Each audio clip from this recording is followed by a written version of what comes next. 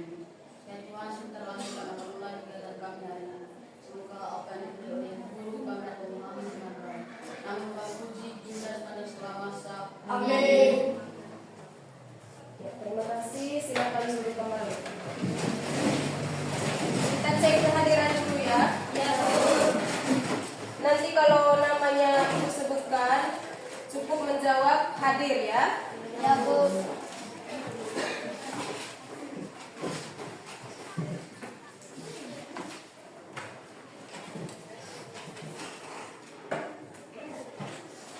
Advensia Findriani Larung, Agripina Jumsese, Hadir Bu.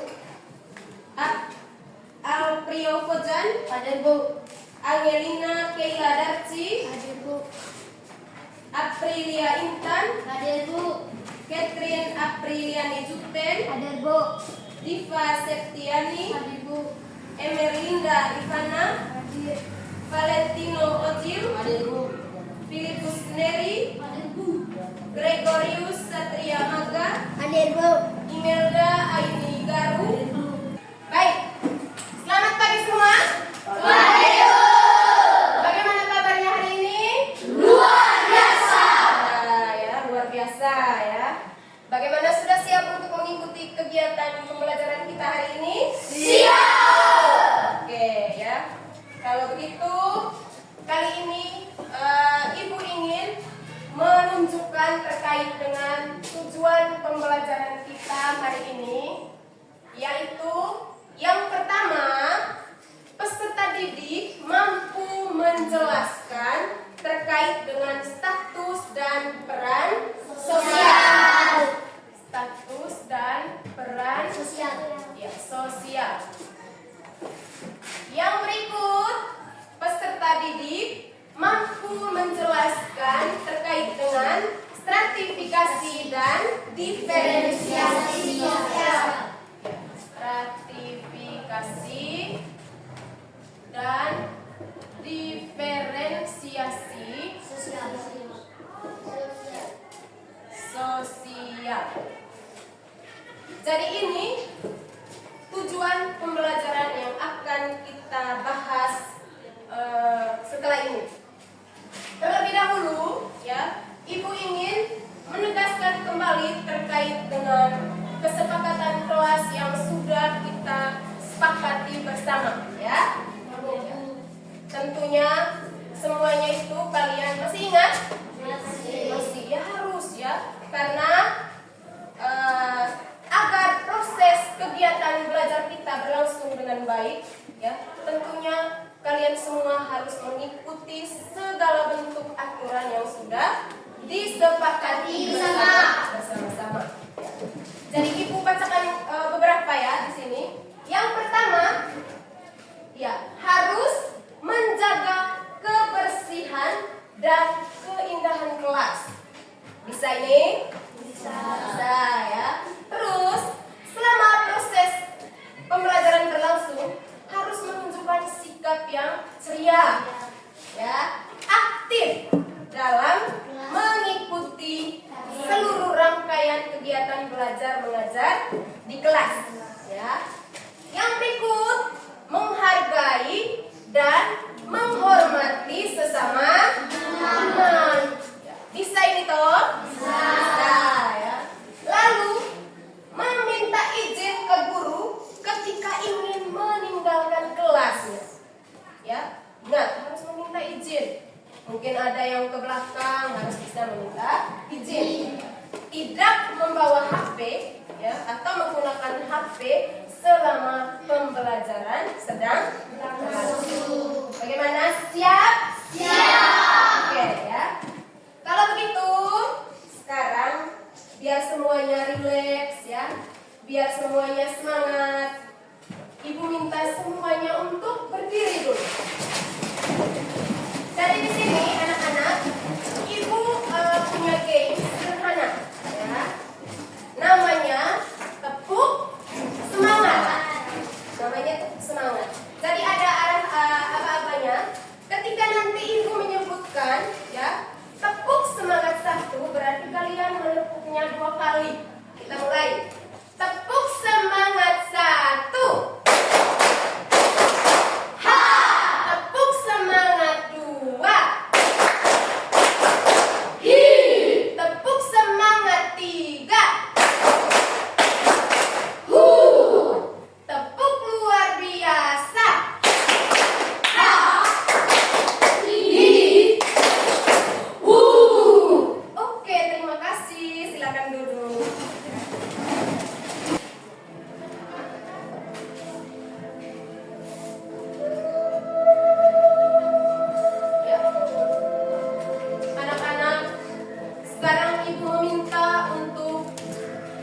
Posisi duduk kalian lurus, tegak, tatapannya ke depan. Posisi bahu kirinya disejajarkan dengan bahu kanannya. Duduknya di posisi yang tegak. Matanya sekarang ibu minta ditutupkan. Mulai dari sekarang matanya ditutupkan semuanya. Arahkan terus tatapannya lurus, ya. Posisi kedua tangannya terbuka disimpan di atas pahanya. Rasakan sekarang kalian sedang menarik napasnya. Tarik napasnya menggunakan hidung secara pelan-pelan. Rasakan kalian sedang menghirup udara itu. Lalu lepas kembali napasnya pelan-pelan menggunakan mulutnya. Lepas menggunakan mulut. Posisi badannya tetap tegak, tangannya dalam keadaan terbuka. Matanya terus ditutupkan. Tarik kembali nafasnya menggunakan hidung. Rasakan ketika perut kalian mengempis saat kalian menarik nafas. Dan pelan-pelan buang kembali nafasnya menggunakan mulut. Dan rasakan saat itu perutnya mengembang kembali. Satu kali lagi. Lakukan tarik nafasnya dalam-dalam menggunakan hidung. Rasakan hangatnya udara yang kalian hirup. Perlahan-lahan lepaskan kembali nafasnya menggunakan mulut. Ibu minta sekarang kalian perlahan-lahan membuka kembali matanya. Buka kembali. Oke, sudah? Bagaimana perasaannya? Baik, ibu minta ya untuk salah satu siswa maju ke sini ya. Ibu sudah menyiapkan keempat emotisannya di sini ya. Silakan satu orang tanpa ibu sebutkan namanya yang berani. Oke, tepuk tangan untuk Putri. Di sini ada 4 emotisan yang berhubungan dengan perasaannya ya. Perasaan yang kamu alami, maksudnya pengalaman ya, pengalaman pernah mengalami perasaan seperti apa. Dari keempat gambar ini silakan Putri memilihnya. Oke, coba tunjukkan ke teman-temannya sayang. Ya. Jadi ini ada yang bisa membaca emotisannya? Marah ya. Nah sekarang ibu tanya dulu ke Putrinya. Putri, kenapa Putri memilih emotisan yang menunjukkan bahwa Putri marah?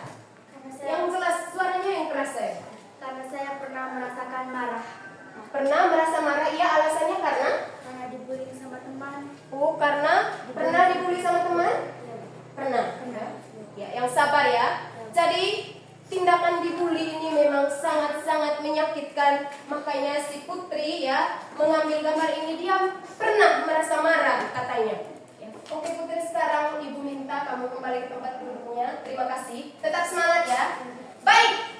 Karena tadi kita melihat ya ada pengalaman dari teman-teman kita si Putri bahwa dia pernah mengalami situasi bahwa dia pernah dibully. Dan itu adalah hal yang membuatnya marah. Bahkan sampai sekarang mungkin terbawa. Jadi ibu minta mungkin kepada teman-teman di sini ada yang memberikan solusi terkait hal ini, mungkin supaya tidak terjadi lagi hal-hal yang seperti ini. Oke, luar biasa kepada guru ya. Kira-kira seperti apa solusinya? Oke, luar biasa, harus segera memberikan permintaan maaf terhadap si korban ya. Oke, tepuk tangan. Baik anak-anak, jadi sikap atau tindakan kita yang menyakiti orang lain tentunya itu adalah hal-hal yang harus kita hindari ya. Mau di sekolah, mau di rumah atau di lingkungan di mana saja kalian tinggal, jangan pernah yang namanya membuli sesama teman.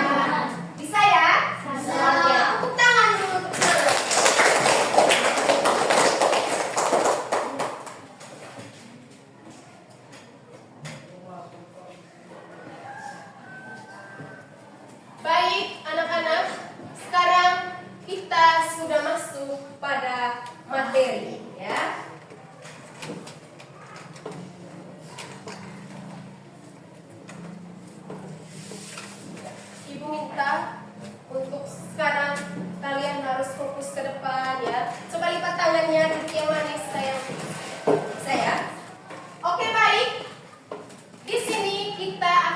membahas materi kita terkait dengan status, peran sosial, diferensiasi sosial, dan stratifikasi sosial.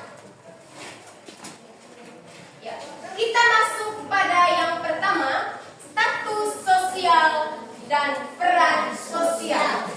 Terlebih dulu kita membahas tentang status sosial. Ibu mau tanya dulu, pernah mendengar sebutan kata status? Tahu artinya? Tidak tahu. Oke, kalau begitu konsentrasi ya sini. Baik, apa sih yang mungkin kalian penasaran terkait dengan status sosial? Ya, menurut Surjono Sukonto, status sosial sosiologi atau kedudukan sosial merupakan tempat seseorang secara umum berhubungan dengan orang lain dalam masyarakatnya, baik melalui prestise, tahu prestise? Atau bahasa sederhananya prestasi. Ya, saat mana orang mendapatkan sebuah penghargaan, ya, serta hak-hak dan kewajiban seseorang, ya. Jadi status sosial di dalam masyarakat identik dengan kedudukan. Identik itu berarti sama, ya, sama artinya dengan kedudukan. Jadi dalam tanda kutip status berarti kedudukan, ya, harus diingat. Ya. Jadi ibu ulangi, status sosial itu di dalam masyarakat identik dengan yang namanya tadi kedudukan, derajat, serta kewajiban atau tanggung jawab istimewa dalam sebuah kelompok yang tidak dimiliki oleh orang lain. Jadi kita semua ini memiliki hak dan juga tanggung jawabnya masing-masing. Ibu tanya dulu, apa haknya kalian? Haknya haknya kalian harus bisa menempuh pendidikan, ya, itu haknya. Oke, boleh, ya. Sementara kewajibannya ketika kalian sebagai seorang pelajar misalnya apa? Belajar, ya, belajar. Harus bisa membayar apa yang sudah orang tuanya usahakan. Oke, luar biasa. Tepuk tangan. Yang berikut ada macam-macam status sosial, ya. Ya, yang pertama bisa dilihat, ya. Yang pertama, yang macam-macam dari status sosial itu adalah ascribed status, ya. Ascribed status merupakan status sosial yang diperoleh, ya, sejak manusia lahir atau sejak kita semua ini lahir, ya. Terus yang berikutnya ascribed status, ya. Ascribed status di sini merupakan status sosial yang didapatkan karena melalui usaha dan juga melalui yang namanya kerja keras, ya. Lalu yang ketiga, assigned status, ya, yaitu status sosial yang bisa didapatkan karena kepercayaan dari masyarakat. Ya, jadi assigned status tidak berkaitan dengan ascribed status. Ya, jadi bisa lihat tampilannya di layar slide, ya. Bisa, ya. Ya. Jadi contoh dari ascribed status yang pertama. Jadi ini adalah Pangeran William, ya. Ya. Jadi ascribed status seperti yang tadi Ibu sudah jelaskan adalah status atau kedudukan yang diperoleh secara turun-temurun. Contohnya, ya, contoh sederhana Ibu sajikan, ya. Misalnya si putri berasal dari kalangan bangsawan, ya. Itu contoh lain selain ini si Pangeran William ini tadi kan. Si putri berasal dari kalangan bangsawan. Ketika misalkan satu waktu dipercayakan oleh keluarganya untuk memimpin kerajaan itu, ya, otomatis dia bisa menjadi seorang putri. Ya, jadi itu tadi, ya, anak-anak, contoh dari yang namanya tadi ascribed status atau status atau kedudukan yang kita miliki sejak kita lahir. Jadi itu dipengaruhi oleh faktor keturunan. Dari mana kita berasal atau berasal dari keturunan atau kalangan apa kita dilahirkan. Bisa diterima ini? Bisa. Lalu yang berikut contoh dari asifet status. Ya, seperti yang terlihat di gambar itu sangat jelas ya. Berarti status yang kita dapatkan atau kita peroleh melalui perjuangan dan bahkan melalui usaha dan kerja keras kita. Ya, contohnya ketika seseorang ingin mendapatkan gelar sarjana misalnya, tentunya harus melalui berbagai macam proses. Usahanya apa coba? Dengan iya hebat dengan belajar. Kalau tidak belajar, kalau tidak ada usaha, tidak mungkin dia bisa mencapai status yang diinginkannya. Ya, makanya ya di asifet status ini ya memiliki perjuangan atau usaha yang sangat besar. Contohnya di sini tadi sarjana ya, orang yang bisa diwisudakan ya karena melalui proses perjuangan. Lalu yang berikut, yang ketiga asifet status ya. Ya, status yang diperoleh melalui penghargaan ya atau pemberian dari pihak-pihak lain. Contohnya ya, contohnya seorang pahlawan nasional dipercayakan oleh masyarakat ya karena perjuangannya untuk negeri ya, untuk perjuangan kemerdekaan bangsa, makanya dia diberi mandat sebagai pahlawan nasional. Karena apa? Dia sudah berjuang untuk bangsa, dia memberikan seluruh tenaganya untuk bangsa, bahkan rela mati untuk bangsa. Makanya dia dijuluki sebagai pahlawan nasional. Oke, untuk ini ya mungkin ada yang mau tanyakan? Tidak ada? Tidak ada. Jelas? Jelas. Oke, kita lanjut ya. Baik, sekarang kita masuk pada peran sosial.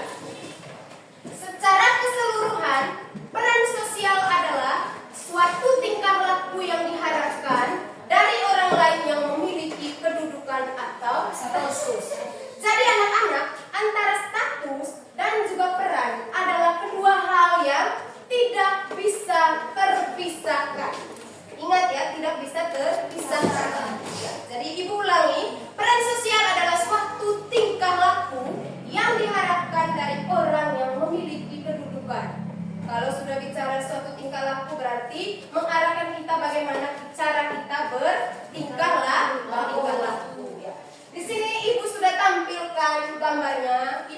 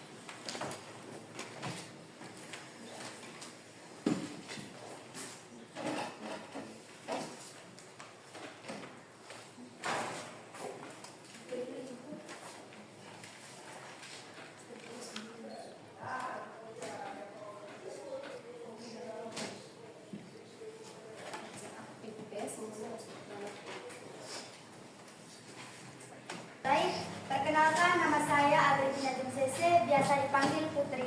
Saya akan mempresentasikan hasil kerja kelompok kami. Nomor 1. Pada nomor 1 terdapat dua gambar, yaitu gambar A dan gambar B. Pertanyaannya, dari kedua gambar di atas, jelaskan perbedaan status dan peran yang terlihat antara anak dan orang tua. Jawabannya, perbedaan status dan peran yang terdapat pada gambar adalah menjelaskan bahwa status dan peran kita di masyarakat berbeda-beda.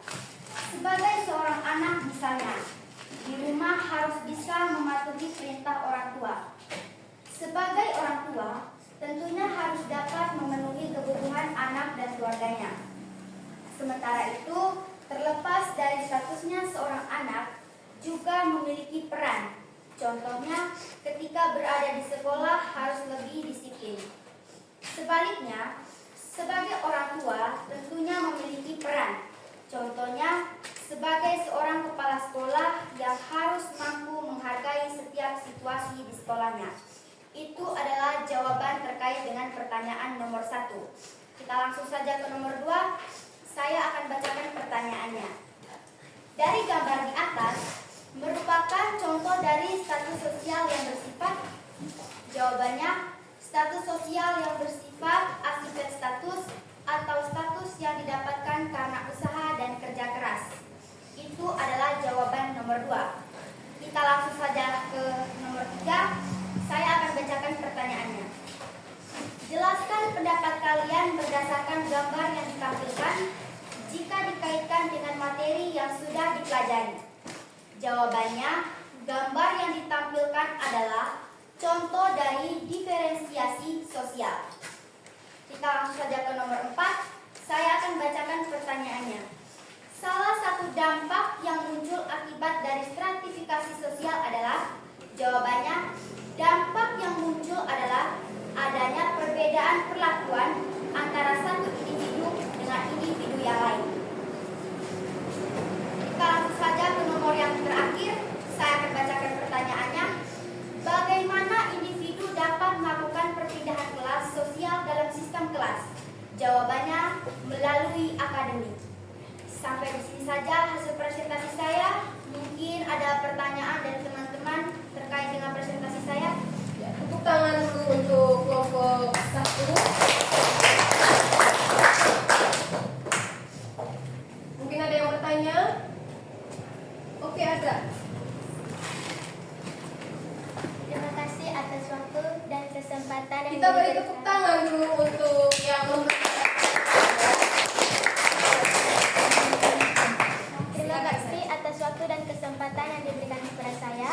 Perkenalkan, nama saya Maria Meldiana Septiani. Saya perwakilan dari kelompok 3 ingin memberi pertanyaan kepada kelompok 1. Mengapa pendidikan sangat diperlukan dalam proses perpindahan kelas dalam sistem kelas? Baik, terima kasih Langsung Amel. dijawab. Karena sudah bertanya, saya akan menjawab pertanyaannya. Karena pendidikan merupakan faktor penunjang sebuah.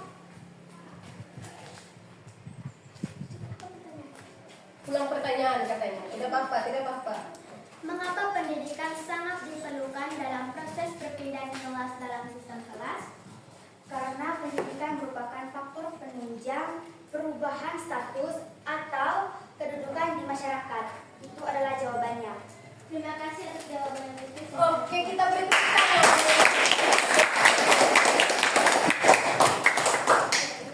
Mungkin ada lagi pertanyaan dari teman-teman terkait dengan presentasi saya. Tidak ada.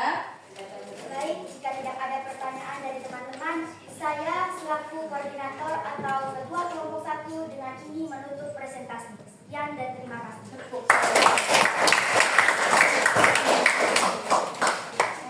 Baik. Sekarang lanjut ke kelompok 2 ya. Kembali ke tempat duduknya.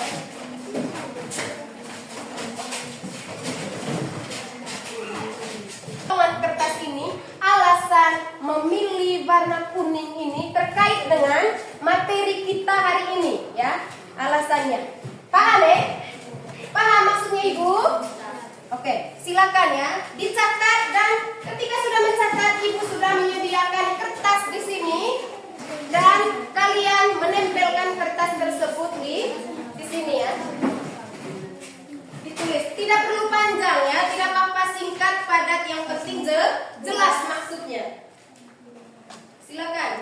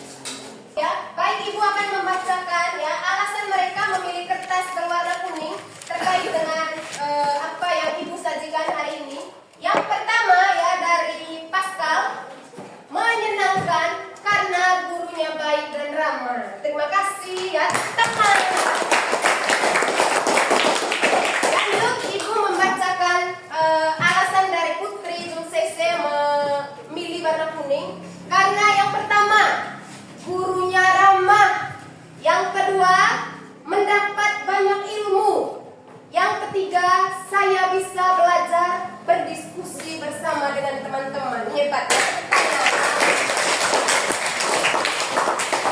Baik. Sekarang ya Ibu memberi kesempatan kepada kalian ya terkait dengan, dan Ibu menginformasikan bahwa materi kita di pertemuan yang akan datang yaitu tentang pemberdayaan anak-anak yang terkasih ya. Terima kasih karena kalian sudah mengikuti seluruh rangkaian kegiatan pembelajaran pada hari ini ya. Ibu merasa bangga, kalian hebat, kalian luar biasa ya. Mudah-mudahan apa yang kita pelajari pada hari ini dapat bermanfaat untuk hari-hari yang akan datang. Dan di sini juga Ibu mau sampaikan, jika ada kata-kata yang mungkin berlebihan yang Ibu sampaikan ya, mohon untuk dimaafkan dan jangan simpan di dalam hati. Sebaiknya hal-hal positif kalian perlu petik dan yang negatifnya kalian perlu untuk buang jauh-jauh ya. Di akhir kata Ibu mohon maaf dan tetap semangat ya. Sekian dan terima kasih. Tetapi sebelumnya saya mohon kepada salah seorang siswa untuk mengakhiri seluruh rangkaian kegiatan kita dengan menutupnya. Berdoa dan izinkanlah kami pada ini ajaran Kristen dapat berdoa